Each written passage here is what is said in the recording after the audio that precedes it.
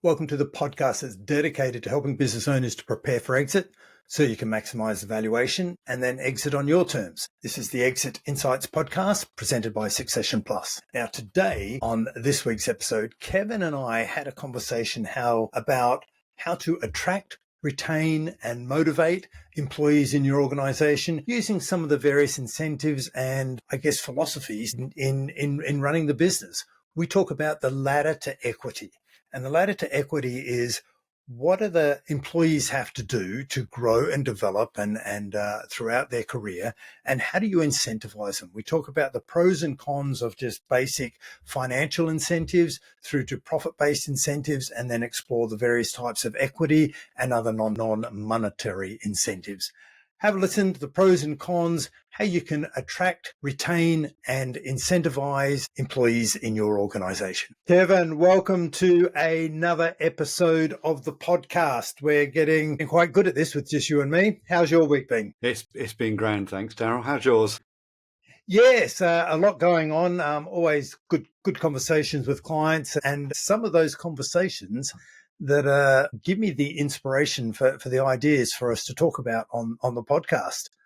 So there's a bit of fuel for today's conversation. What I wanted to talk today and explore with you and get some of your thoughts and background on is the different types of ways that we can motivate our employees when they're part of a team. How do we inspire them? What are the pros and cons? And the tool that we call the ladder to equity. So let's jump into that, shall we? Yeah, we use this quite a lot, don't we? But I think a thing that we should put on the table straight away around this is there are two different management styles before you even get started. There's Theory X and Theory Y managers. When we talk about our ladder to equity, it works for Theory Y managers. And let's explain why. Theory X is kind of old school authoritarian management style that suggests that the harder you beat people, the more work you'll get out of them. Tell them to do it and stick on top of them and push them and prod them. That's Theory X.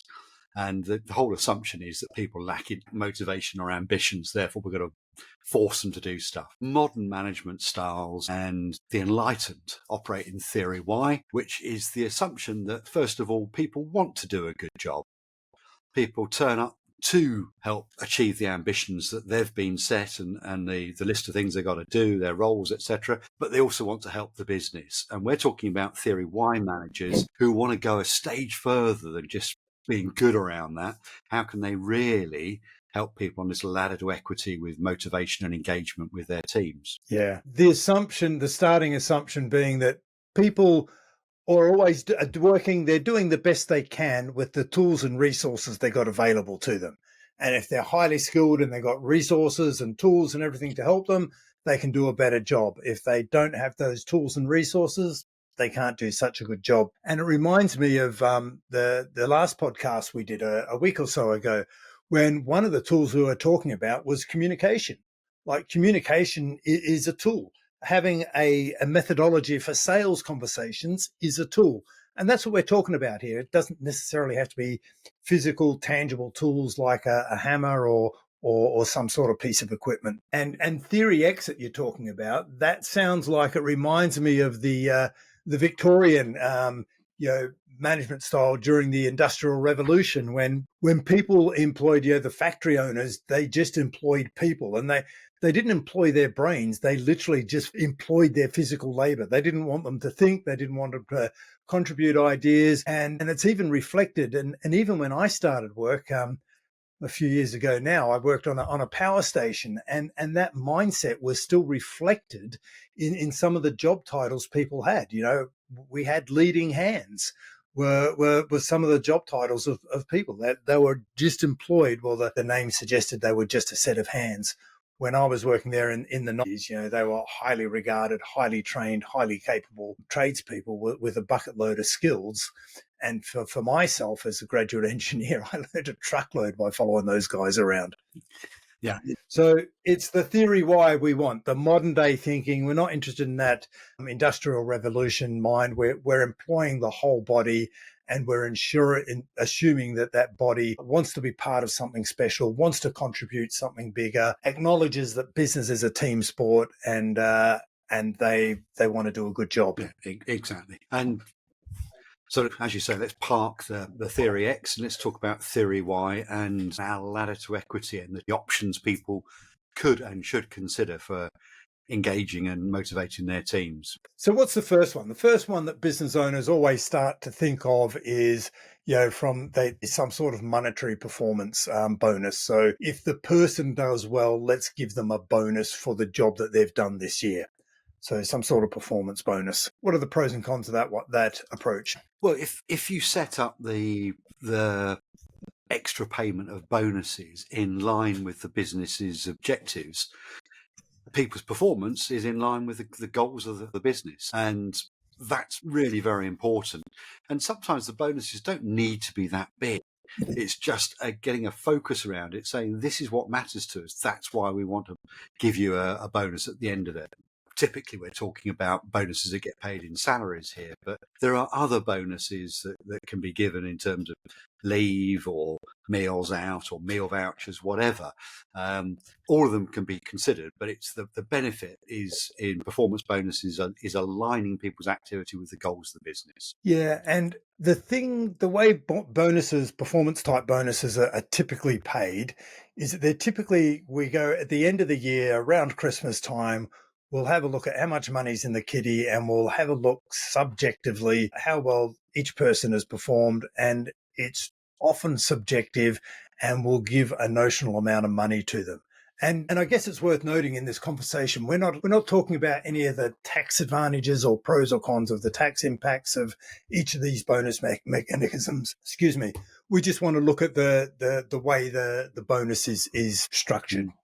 So the first one is we'll just give some sort of subjective payment to the person. Sometimes sometimes they're subjective payments, and sometimes they're role based. So we can give someone create a KPI around their role, and that gets a bit tricky then when we go down. Let's play with the first one first. Okay. When it's just a subjective amount. How do people feel whenever we just come up with a bonus, and often at the end of the year? Well, one of the issues with bonuses is that they're a great idea, but only if done properly. If you separate the award of the bonus, the delivery of the bonus by sometimes weeks and months from activity, it's not really helping to align people. People have forgotten that the sort of muscle memory of what they did that earned a bonus doesn't really come into effect. So it's a bit of a blunt instrument. It can cause some challenges across an organisation where some people don't have bonuses, some people do. If it's too hard-nosed sales focused, it can engender bad sales performance, where I'll get this sale come what may because I've got a £100 bonus on this sale this month. So there are things to watch out for. People think it's dead easy to set up bonus schemes. They need to be set up very carefully, and then they will still look simple and they can work. But the dangers are as we've discussed. I've never really seen a performance-based system work. So, but for the reasons you say, if it's a sales-based or a role-based system, it just opens up the person. People put the effort in where they're rewarded. So if they're target based in a certain role and they can see they're not going to make their target this month, they'll delay work and activity till next month because then they've got a better chance of meeting the target. And then people from different functions are almost pulling against each other because their KPIs, their personal objectives, are pulling them away from the other person's objectives. So they're almost working against each other. That's the negative that I see when you have role-based bonuses. Yes, very much so. So I think what we need to do is roll on here and say, what's better? What's better? I've never ruled out performance bonuses, but I think we've given enough warnings and health warnings around that. Yeah. Well, there's just one more that's come to mind for me, and that's when you've got that subjective bonus that we go, hey, let's pay a bonus. We've had a good year. People have worked hard, and it's a subjective bonus, and we pay it at Christmas. The problem we come up against then is that people relate Christmas or associate Christmas with I'm going to get a bonus. And they'll assume if you paid one last year, if you had a good year and you want to reward the employees and share some of the prosperity, then they'll just assume because they don't have visibility of the numbers that come next Christmas, they're going to get another bonus because they don't have any visibility of how the payment was made. So there's the risk of just doing some sort of subjective bonus. And the other side of that, the other risk is when we go, if it is subjective, one manager might like an employee more, or for whatever reason, personal biases come into play, and then not everyone feels like they're getting treated equally. And there is a risk of end up being a bit of resentment on how much they were paid, or what they were paid, when the whole intention was that you would develop some loyalty for the business, and think you're doing a good thing by paying them something extra. Yeah, and you're reminding me of So the yeah, Christmas turkey. Don't forget the Christmas turkey. And so what do people do? That every Christmas in yesteryear, it doesn't happen so much now, but people might be given a turkey. Well, isn't that great? So you've always got a nice turkey at Christmas, big one. Then for whatever reason, you stop giving the Christmas turkey and everyone behaves like they've been made redundant. It's the kind of shock around it is it's hard to describe, really. I mean, I've seen it happening in a couple of companies where that type of thing has ceased, and everyone thinks the world's coming to an end, and the ambition of motivating people has just turned itself on you, and it's the complete opposite being achieved. yeah. So warning: if you are going to give an ad hoc bonus, don't associate it with any particular time of the year, and make sure you give a full explanation as to why they're getting the bonus and how it was calculated, and that this is just a one-off. Yeah. So I think we've done that one to death. Why don't we move on to the next layer, which is something aligned to profit and some sort of profit share. Yeah, profit sharing is a more sophisticated, more elegant way of going about things. And one of the things we want to do if we're going to run a successful business is start to get people feeling like they own the business, behaving like they own the business. So the passion they put into dealing with a client, and the enthusiasm they have making sure that every penny that's being spent is spent well and delivering a good return to the business.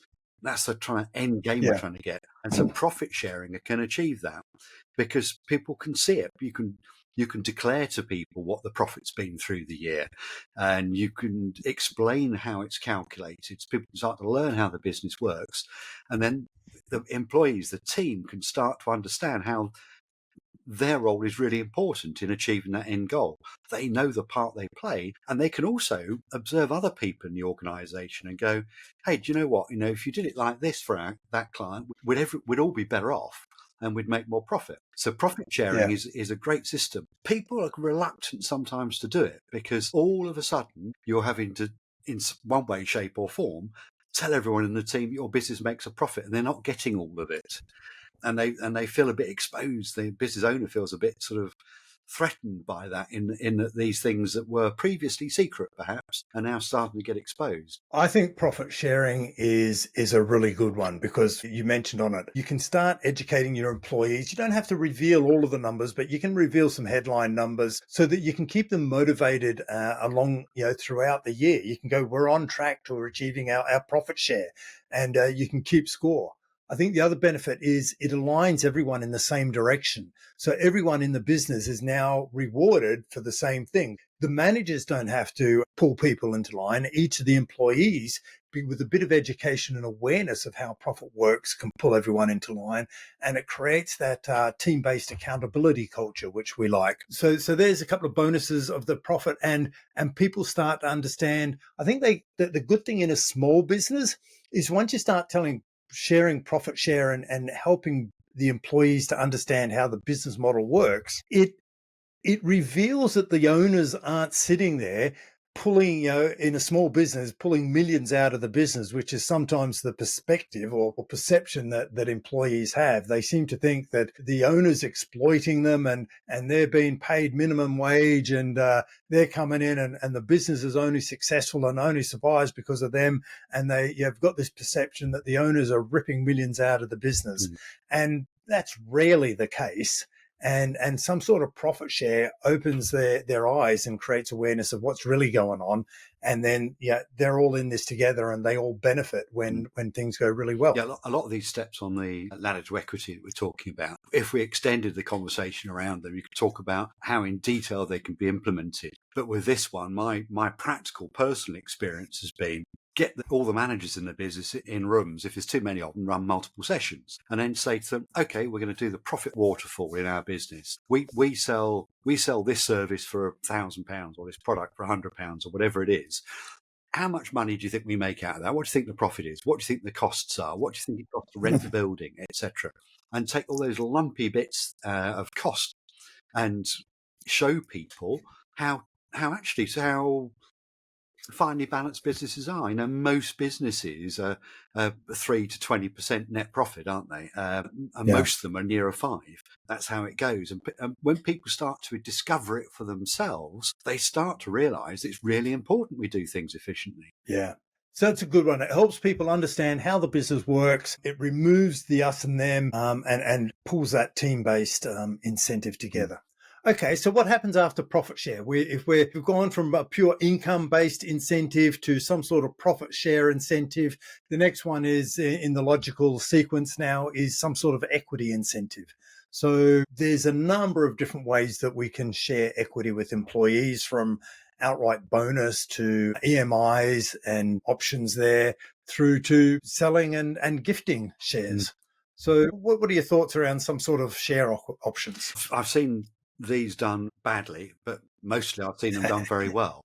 So it's like all these things. If you go off half-cocked with a plan, don't be surprised if it doesn't work exactly as you want it to. But with some simple planning and some simple thinking, share options, they encourage people to commit themselves more to the business, because not only are they getting paid, not only are they perhaps getting some form of profit share bonus, they might be getting that as well.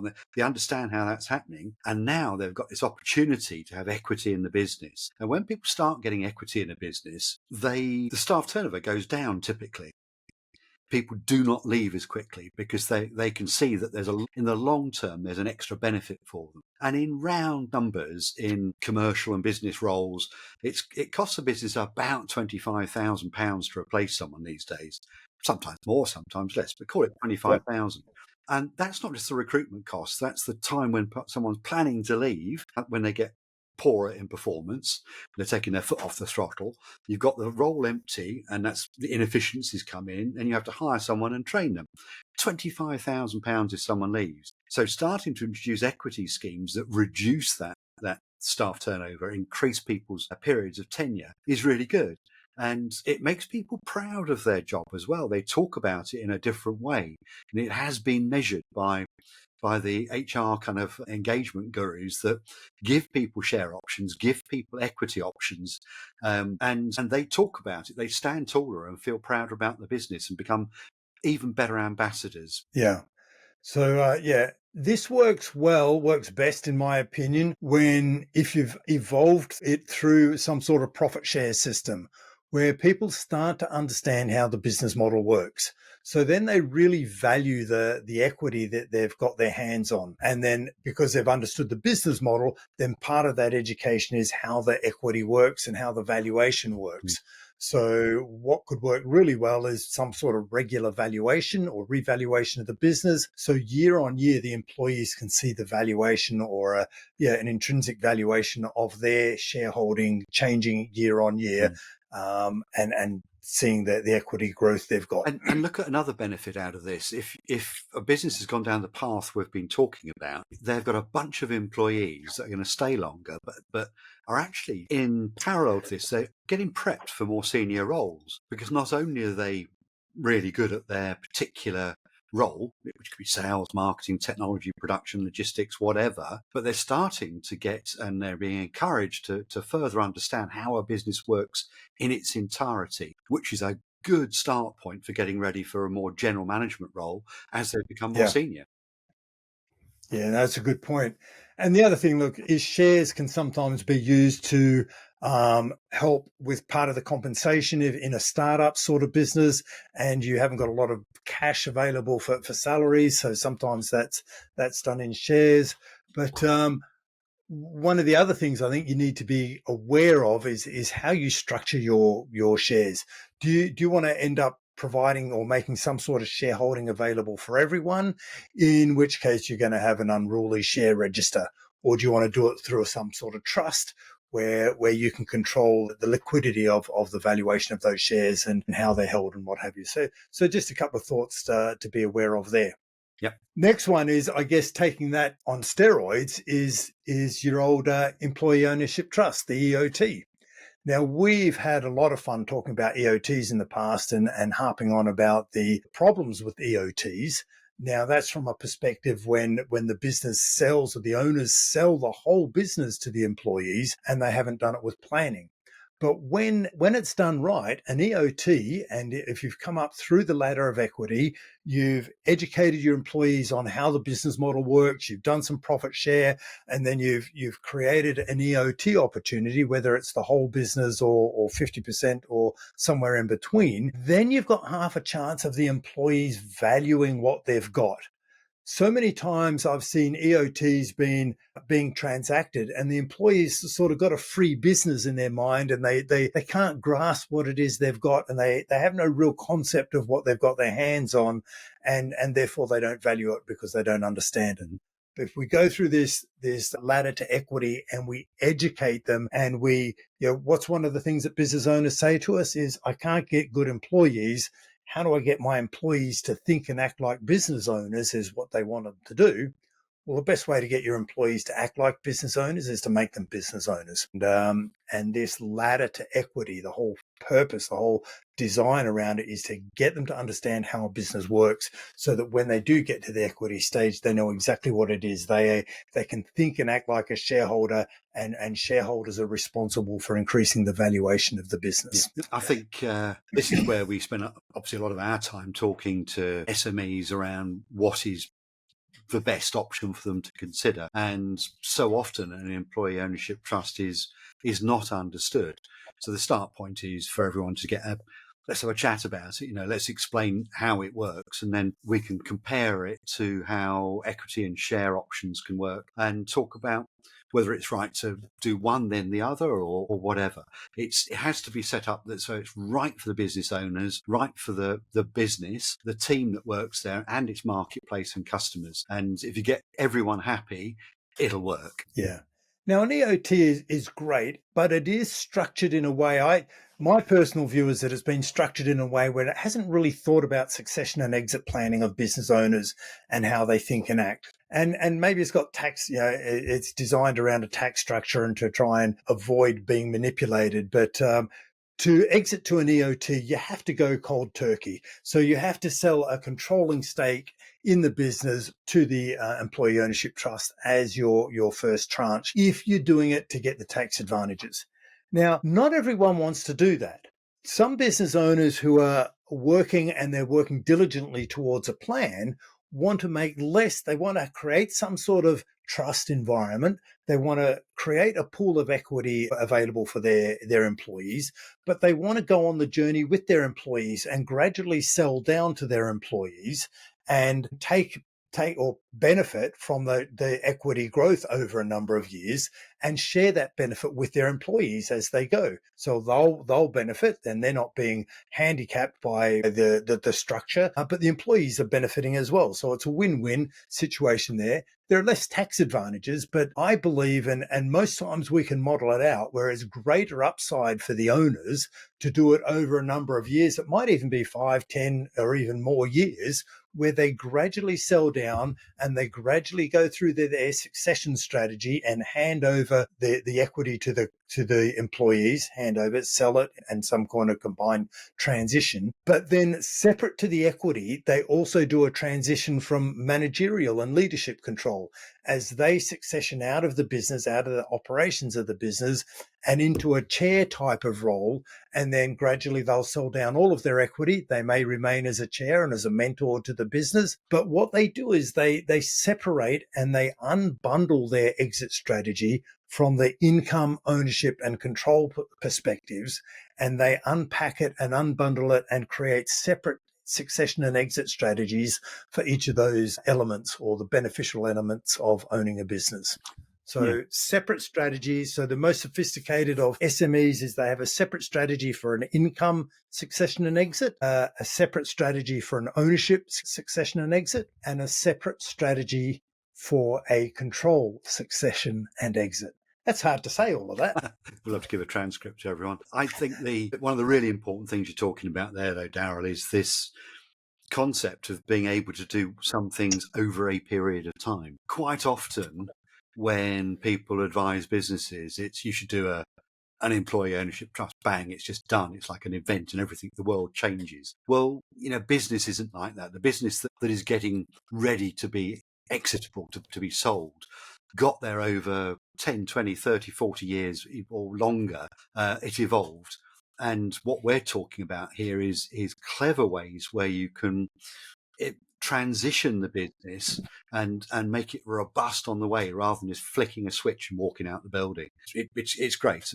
These are the things that we do have to tailor for the individual businesses, and that's what we spend much of our time talking about. Absolutely. So what we've discussed so far is the ladder to equity, from a financial incentive and bonus structure, moving from pure cash all the way up to profit share to equity.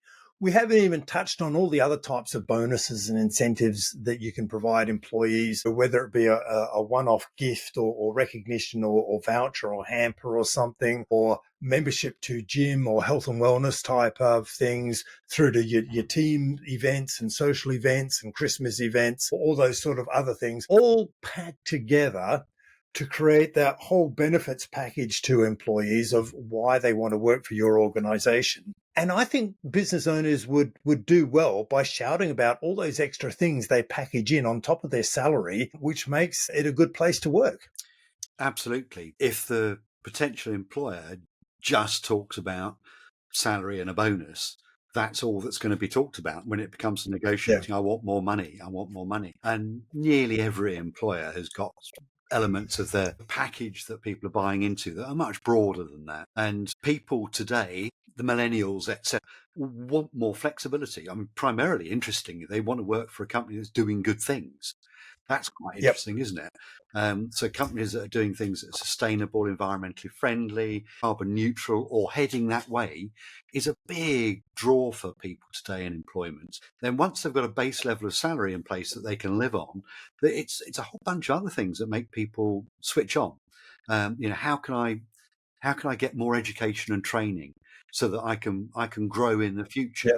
Those sorts of things, which of course the business owner's not thinking about. They've got no interest in that for themselves. But we have to look at businesses through the eyes of the employee, and every employee is different. But there are groups of them that will be turned on by different things. And I think for these kind of softer benefits, I think we've got another podcast really that we should do around it and talk about how those things can be put together.